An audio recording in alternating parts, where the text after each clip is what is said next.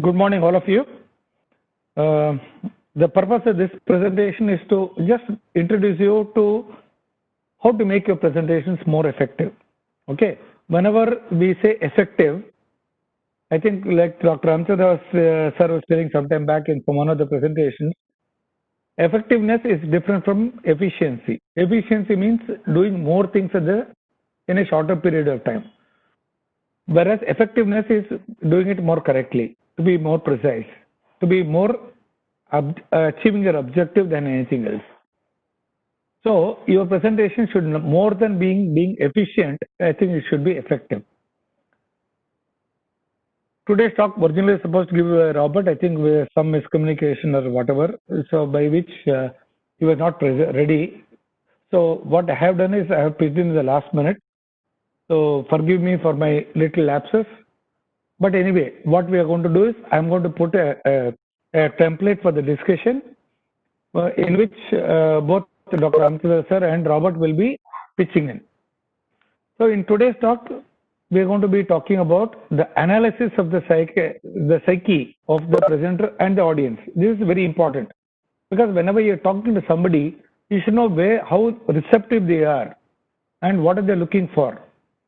Unless you do this, it is difficult for you to convey what you want to convey.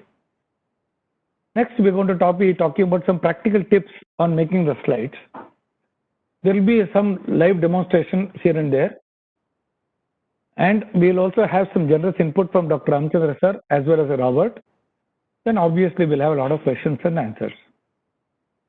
When we say the psyche of the presenter, generally, I have been this for the last 25-30 years.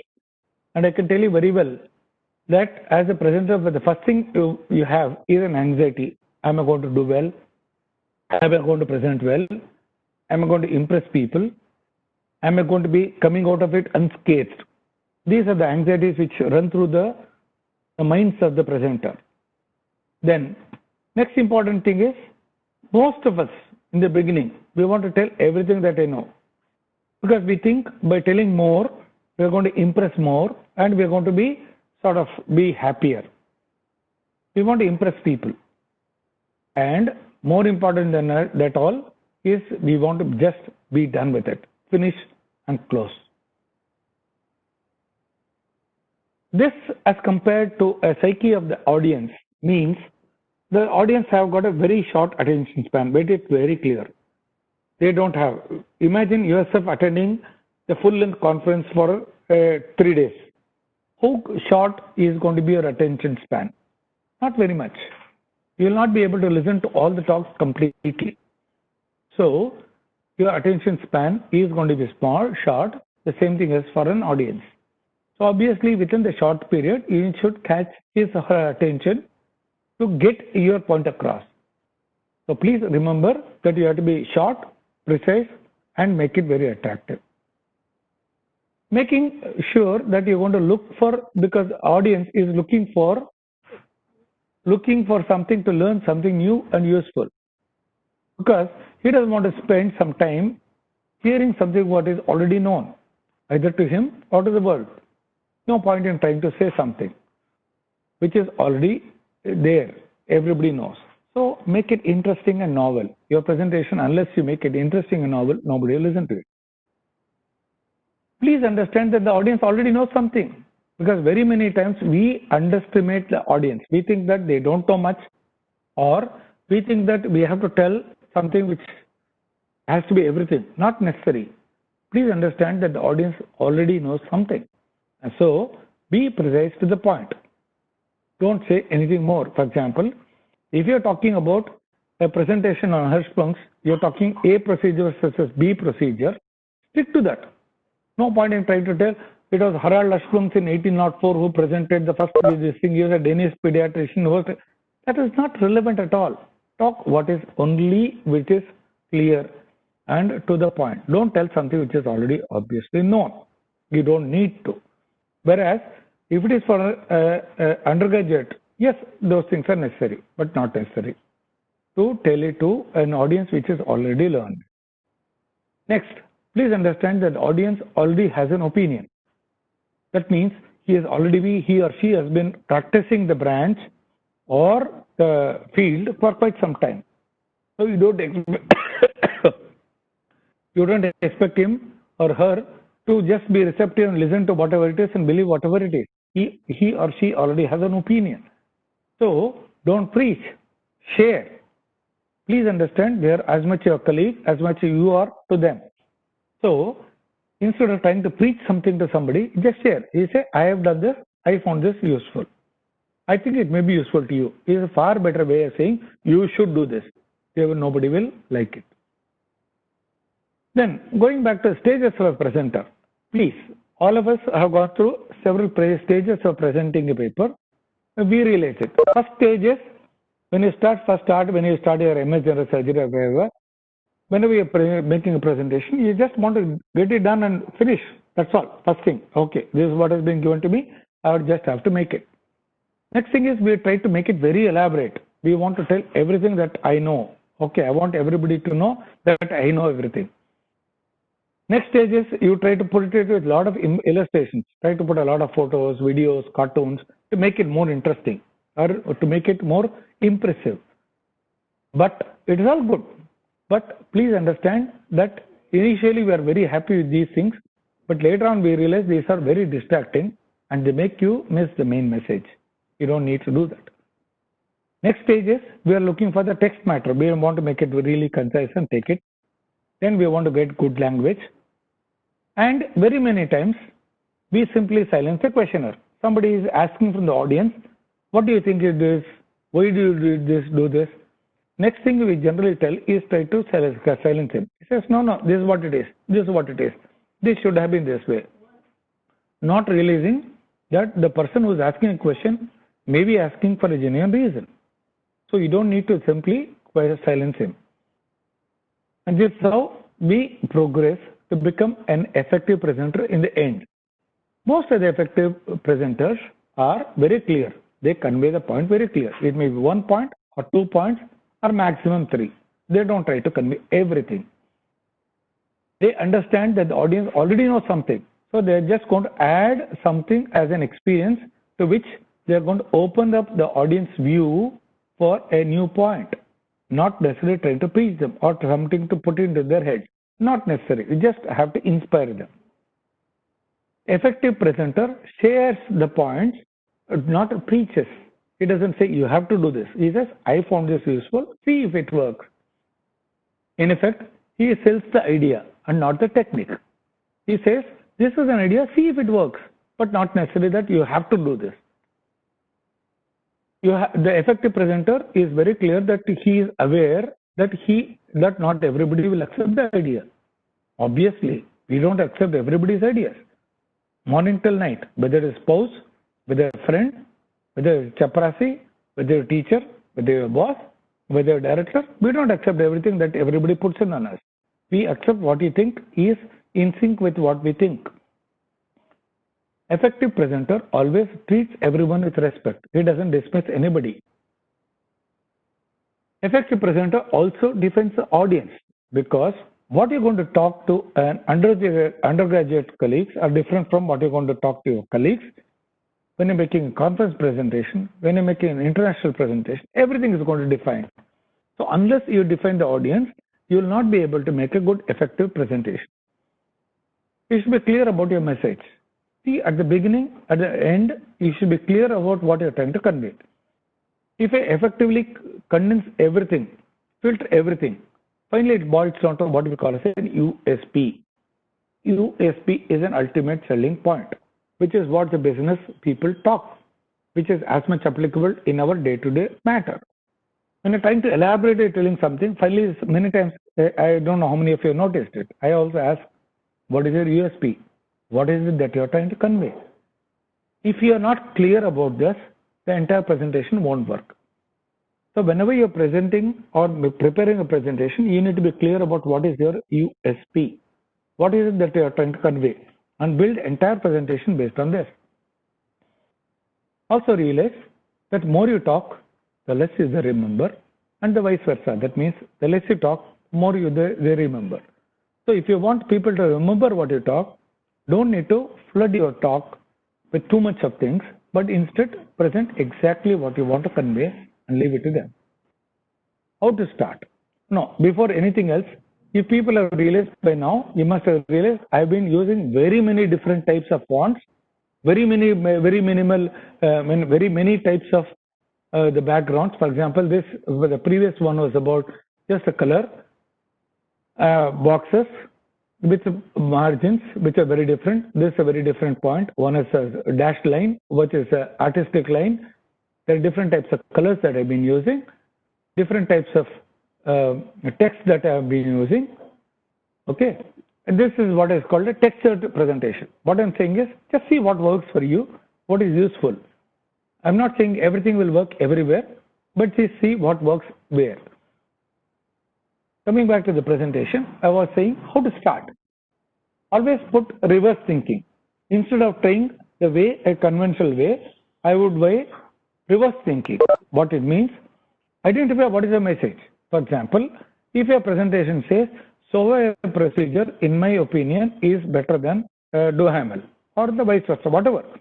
You put that point very clear and build a whole presentation based on that idea. Otherwise, it will not be working out. So ask yourself, what is the final message you are trying to convey to people? It will generally be 1 or 2 lines, not more than that. Work on that. Once you put that, find out, is it new or different? Because if you're going to say something which is very obviously very clear, for example, if you're going to say biliary atresia surgery is better done if it is less than 2 or 3 months, there's no point. Everybody knows about it. Is it new or different? If it is not new or different, no point in talking about it. Is it useful? No point in trying to tell something which is not useful at all. For example, if we're going to say, like what Murali is trying to tell about the utility of ultrasound and other things as compared to isotope scan, is it going to be effective to replace HIDA scan? Yes, it is worthwhile. Even if people don't agree, at least it is going to incite people to think. So, is it find it useful? Then it is worthwhile. If it's not useful, many times it happens. I think all the presentations I went through with all the guys who presented, I realized that many of them are not necessarily filling all 12 criteria, but still we are trying to make it more interesting, because not necessarily that we have got earth-shattering areas every time. So sometimes we have, sometimes we don't have, many times we don't have, but still it is what we have. It is what we're going to present. So see how best you can make it interesting. Be short and to the point. How to start? This is another way of putting it, as an illustration on one side and putting it. Please understand that I'm trying to use different methods so that it just gives you an idea about how to do it. As I told, define your audience, be clear about your message. Please understand that every presentation has got two things. One is a substance and a style. Please understand both are important, but most important is a substance, because a substance without style is accepted, whereas style without substance is not accepted. So your material should be good. Once the material is good, try to see how best you can to improve the presentation and the style.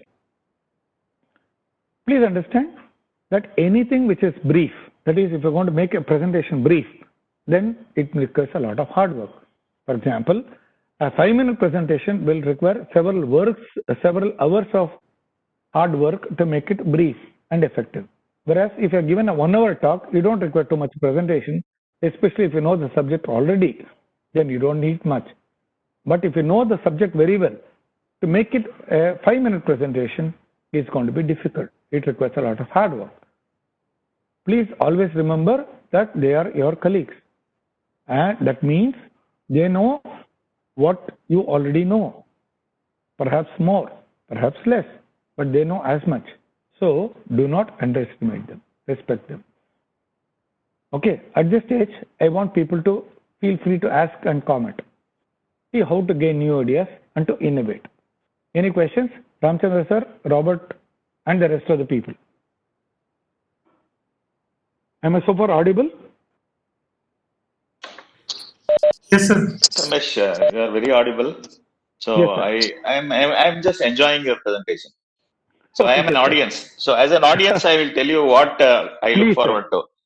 Because I'm not great shakes. I am honestly not great shakes as a presenter, but I am a good audience. I can tell you that much. So please tell me from my audience, what do you look for, sir? Yeah. As an audience, what I look for is, as you have pointed out earlier, it is important to have a very, very clear understanding of the topic you are going to present. You have to sort of, it has to be a lived experience for you. So you have to know what you are talking about, and you have done it and you have lived it. That is very important. And it comes through. Excellent. That honesty and that transparency comes through. Okay. Yes, Second important thing is, as you said, brevity. You have to be short. As an audience, I want the presentation, the slides to be very, very concise and not to be too much busy, too busy. Lot of points and lot of things. So if you have many points, you split it into 2, 3 slides. So that is the other thing. And you will go further and you will explain about the fonts and all that. yes. The important thing I found is that in any presentation, I have seen you, Robert, Rajendra Savji, Ravi Kiran. Ravi Kiran is an excellent presenter. So I've seen when you start, I've seen that the way you people start, the initial thing, that is very important. I've been very impressed by all of you, how you start presenting a topic, the introduction, the 1 or 2 sentences, the prelude you give to a talk, that has to capture the audience. So that is the most important thing. You have to make a bang with the beginning, that is the introductory slide itself, before you start the presentation. That is very important, so that you catch the attention of the audience, and they will think that, thank you, I have come for a very good presentation. I am in for a, say, 8-minute or 10-minute or a 15-minute treat of an excellent presentation. I'm going to enjoy this. So the audience is going to open their minds and then going to sit back and relax and enjoy your talk. So I think a good presenter will always be a good opener. He will open with an excellent opening statement, and he will make an excellent presentation. The initial opening now will be excellent. Other thing which I wanted to tell you as an audience is, we have to remember the Bhagavad Gita, the Krishna as the presenter and Arjuna as the audience. So, we will talk about it further. So these are the points I wanted to make. Yes, sir. Robert? Yeah. So when we are presenting at a seminar, when we are doing MCH training and MS training, we get into a particular style of starting the presentation, which is my title, my aims and objectives. And somehow most of us continue in that same tone throughout our life. Whereas, like what Dr. Ram said, you have to make it interesting for a professional audience. So then what I've learned over time, and what Ramesh does also very well, is the first, even if the title slide is up, you don't talk about the topic or the slide. You spend that 30 seconds, 20 seconds connecting to the audience. Means you have to look up at them to talk to them. And not necessarily the subject. You have to make a human connection. Some connection has to be that even if 1 or 2 people, my trick is to find 1 or 2 people. Many times it is Dr. Ram in the first bench, because he is usually there in the first bench. The other advice is what Dr. Ravi Kumar gave me. My first conference as a MCH presenter, when I was doing my MCH in AIMS, and I was very happy because I had some 3 or 4 presentations. I thought I was impressing everybody, and as soon as I came out from the hall, Dr. Ravi Kumar sought me out, though he was already a senior retired person. He came, and I thought he's coming to compliment me, saying, "Oh, you did very well." But he stopped me and it changed my way of talking, because he took me to a side and explained what all went wrong with my presentation. And he said about the speed, he said about this, he said about that. And to date, I'm grateful to him, because the senior there took the trouble and time. I didn't go and ask him for help. And I think it's a lesson for all of us, because if we find a junior, somebody, I think we owe it to them to step up there and tell them to their face. He didn't care whether I would like him or not, and my respect and my life changed because of that intervention.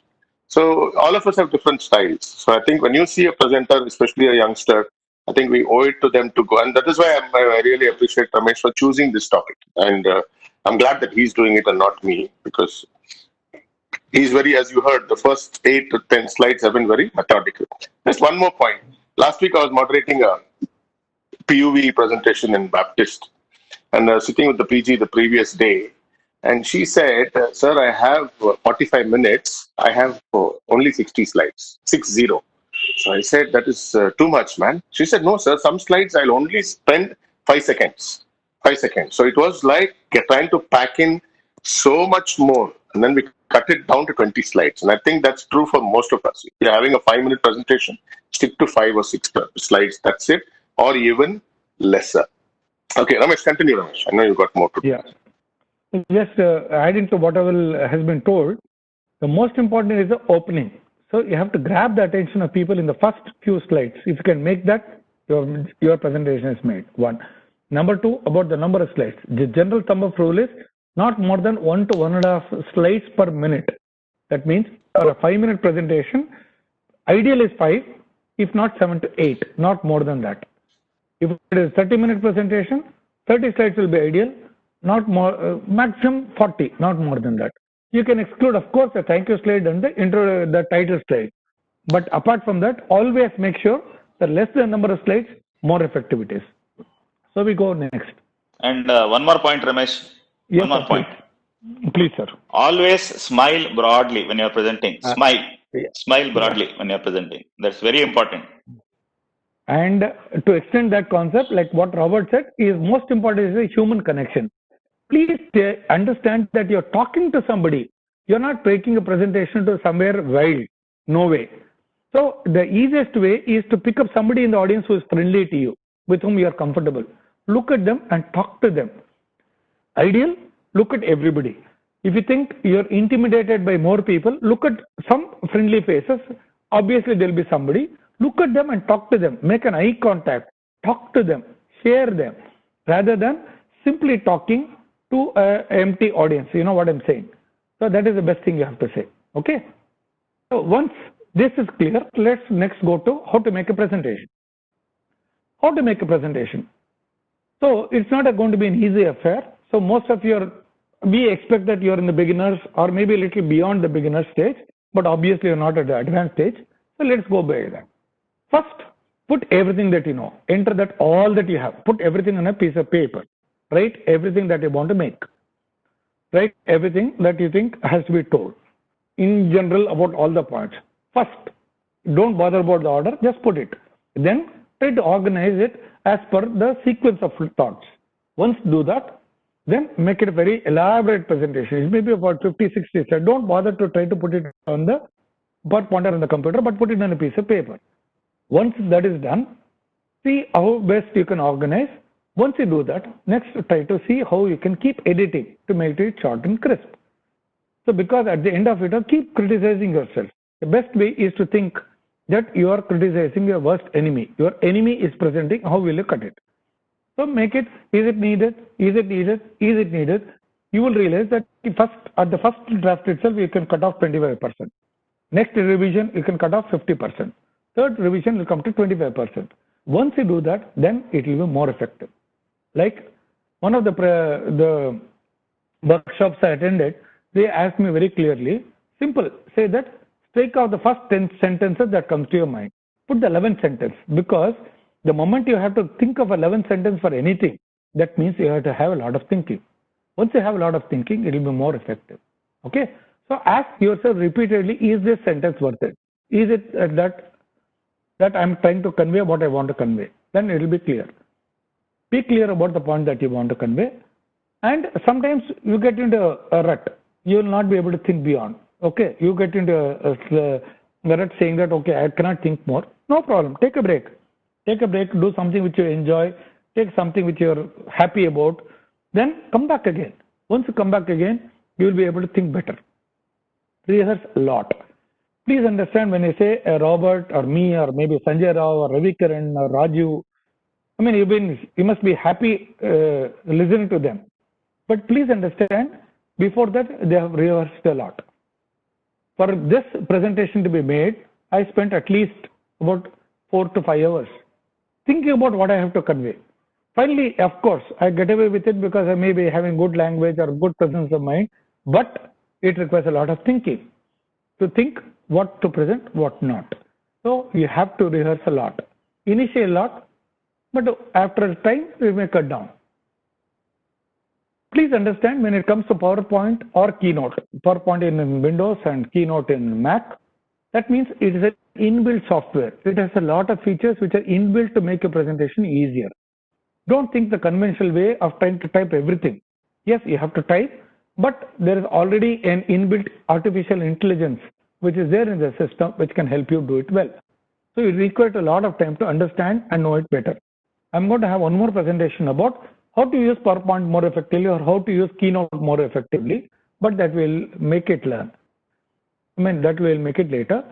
The more you learn, you realize that there's more still remains, because there's so much more that in an average PowerPoint, the regular presenter uses not more than 10 to 15% of what is actually the features available.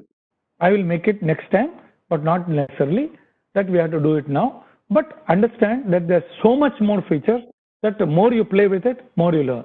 More you learn, more you realize that there's more still need to be learned. So take it. Learn the ropes, but definitely not in the last minute. That is, you are going to be presenting tomorrow. You can't sit and be learning today. It is better that you learn the ropes when you have the time. Save well and be ready. Okay. Next, how to start? This is what I say. In general, the template is this. Of course, it's going to vary from case to case, presentation to presentation. Generally, it's going to be a title slide, an introduction, aims and objective, study design, results, discussion, and conclusion. Most important is that all of them should be aligned with each other. Because very many times we see title slide is saying something, introduction is talking about something else, aims and objective is different, discussion is very different, conclusion is very different. It cannot.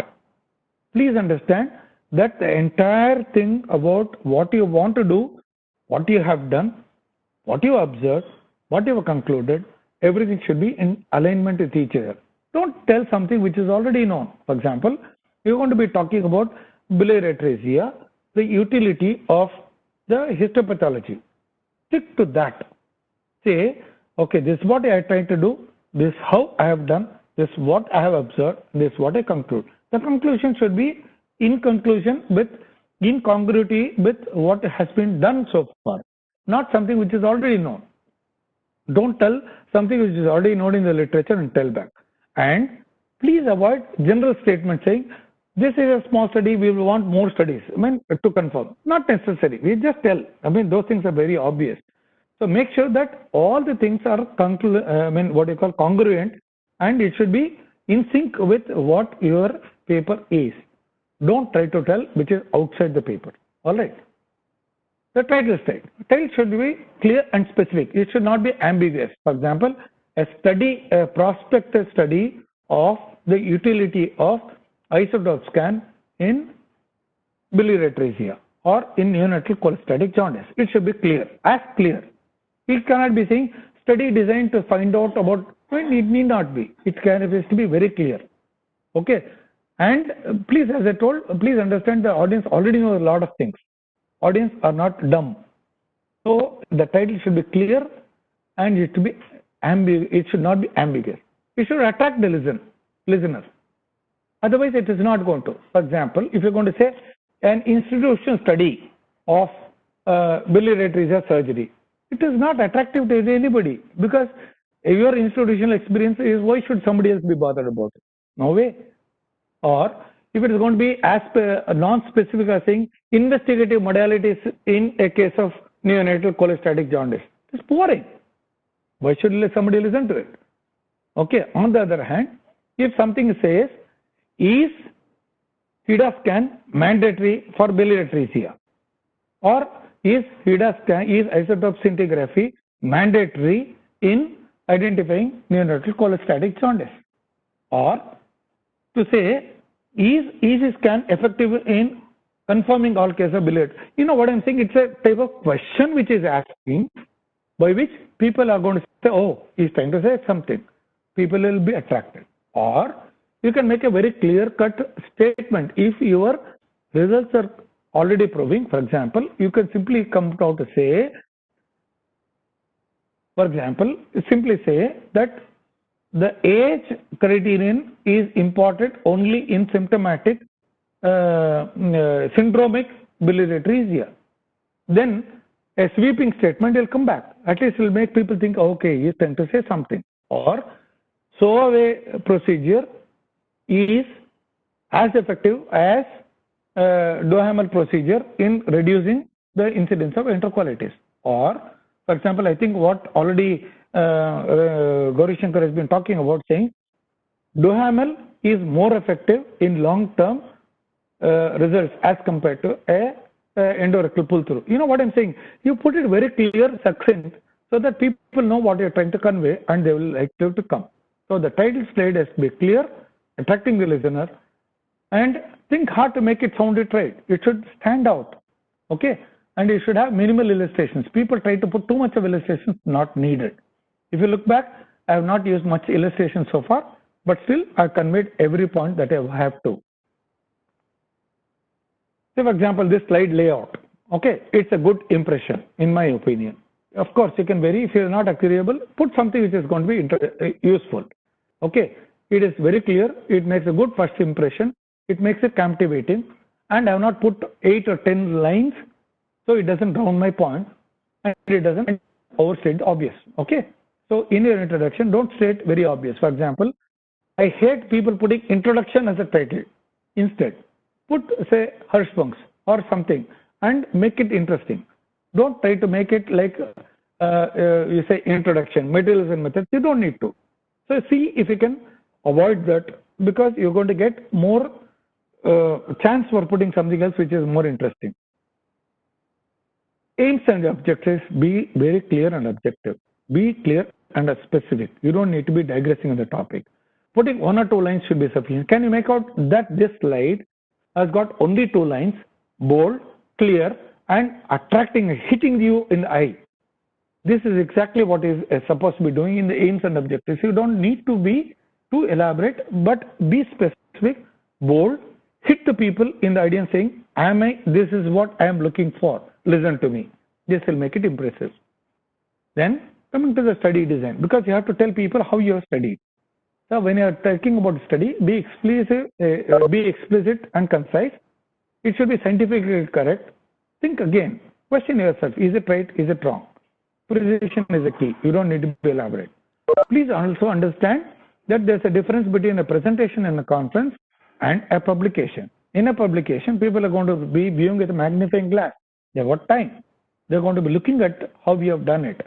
So you have to be more explicit, more elaborate. Whereas in a presentation, in a conference, you don't need to be that elaborate, but you have to be precise. That means you have to be clear. Is it prospective, retrospective? Is it cross-sectional or not? Is it randomized control or not? Is it observation or not? So you just need to put it in 2 or 3 bulleted points about how your study design is, so that the person there is acquainted about in general. Within a minute, he should be able to get it. He doesn't have time to look at it in detail and to question it. The materials and methods. Be honest. Tell what you have. No point in trying to elaborate. If you look back, all the presentations that we have done in the last 2-3 months, we've been asking you to be honest, including your audit. I have never interfered. I have never told them to fudge the data. You don't need to, because this is what you are. You mean you have to be honest with your colleagues. If you are dishonest, it comes through. If you are honest, it comes through. Like Ramachandra was saying, you have to leave the presentation. If you have seen it, if you tell, people will pick up. If you lie, people still pick up. You don't need to. Present only relevant material. You don't need to present too many things which are not necessary. As I told, there's a difference between publication and presentation. Be short, be clear, be highlighting the important salient things are not needed. Graphs only in relevant, because I tend to see many people, they are talking about, so for example, so we got 50 patients, of which 14 were male and 50 were female, and this is gender is this for graph for everything, not needed. On the other hand, if you are talking about the importance of gender in determining something on the outcome, then it is necessary to highlight on that. Otherwise, it's not. Similarly, about the age distribution. So if it is going to be talking about neonatal versus older presentation of Hirschsprungs, then you're going to be talking about the age presentation. Otherwise, it's not really needed. So see where graph is relevant, put only that to highlight. Where it is not needed, it is not needed. Definitely do not lose focus. Results, be again honest. You tell what you got. We will see how to make sense of what results you got. You don't need to fudge your results. You don't need to. Okay, as I told, people will see through your results. Highlight the salient results. Okay, so you don't need to see, for example, you're going to be talking about, okay, this is the male, this is the female, this is what it is. But there are some things which you want to highlight in your presentation. Only highlight only that. Don't take anywhere else. Lead them to your point. Because each of them should be leading to what you're trying to convey. Graphs and illustrations only when needed. Conclusion should be short and precise. As I told you, it should be aligned to the study. No general statements. Avoid generalization. So far, I presented the next section. I would want questions and answers as well as comments from Ramachandra Sir, Robert, and of course Ravi Karan and Raju who is there. Yeah. One comment for all our students. In the last 5 slides, which Dr. Ramesh put up, did you notice that not even one line, the bullet point was never a sentence. It was always max 4 to 5 words, leaving at least 1/3 of the slide empty. Many times I find that each bullet point people are putting 2 sentences, which means it will run to the edge and continue. That looks very crowded, and people just switch off even if you are talking total gospel truth. So this is a beautiful pattern to follow, what you just saw. 4 words, 5 words in each bullet point, maybe 4 bullet points max, and leave the slide pleasant for everything else to come. Just get out of the habit of full sentences. You write the full sentences in your script, because you will have a script written down. I'm sure Dr. Ramesh will go to that later. In your set, there you have the full script. But all the English language words you don't need to have on your slides. You just need to have 4 or 5 words and stop short and 4 sentences in a slide. Ram sir? Yes, correct. So it is called as the 6x6 format. So you should not exceed that. That is what is taught to us in PowerPoint. So 6 bullet points maximum to the slide, and each bullet point, as Dr. Robert mentioned, 5 to 6 words in each bullet point. It includes words like a and is and it and all if required. Otherwise, you can omit those words. The other thing is, as Dr. Ramesh has pointed out, the background and the font. Generally, I think 18 is the minimum which is recommended for the font, the size of the font. And font is usually, I think that's sans serif, isn't it, Ramesh, which is recommended? I'm going to talk about it, sir. I'm going to talk about it. Sans serif is the one which is recommended, not serif. Serif is Times New Roman and all that, but here you want to go for Helvetica and all that. So that is what is recommended. And the third thing is, as Ramesh has told, the acronym to remember is KISS, K-I-S-S. Keep it simple, stupid. Okay, that is what. Keep it simple, and you are the stupid. Okay. Or keep it simple and short. Yeah. Okay. Stupid is only by talking to the spouse, sir. Okay. Any questions from the PGs, please? Because they generally are extremely silent. Anything, Vinay? I don't know how many other participants are there. Raju or Ravi Karan also can pitch in. Gopal or whoever else. And the PGs, please. And please warn us when we have to rejoin. Yes, sir. Yeah. Good morning, Raju here. Yes, Raju. Yeah. Excellent guiding. There are a couple of situations I feel, particularly if you present, particularly at resident level, you try to present first yourself after preparing everything in front of mirror. So your body language, expression, diction, all these things are extremely important, actually, along with what you are going to present, is number one. Then number two, you present with one of the contemporary colleagues who will be at your level. And then at that level, particularly residence level, a perpetual problem is there because they may not be having complete grasp on the topic which they are going to talk, because they have to present as a part of compulsion, as a part of sort of departmental policy and various other reasons. So a senior person should always guide a junior person, because junior person may not be knowing in the conference the audience, because audience is of varying type, right from student to extremely expert people. So exactly how much and how what ought to speak and what to speak is to be guided by a senior, I feel. That is very important. Secondly, there should be always recall. There should be uniformity from slide number 1 to last slide till last slide. Thanks slide. And there should be some, there is rather recommendation regarding the color coding, etc. So it should be very simple and not very jazzy colors, different colors in different slide, all those things that really distract your attention. These are the 2 points I thought. Excellent. Thank you, Raju. Sir, meeting will end in 2 minutes. I think we'll log out and Re-log in. We're done.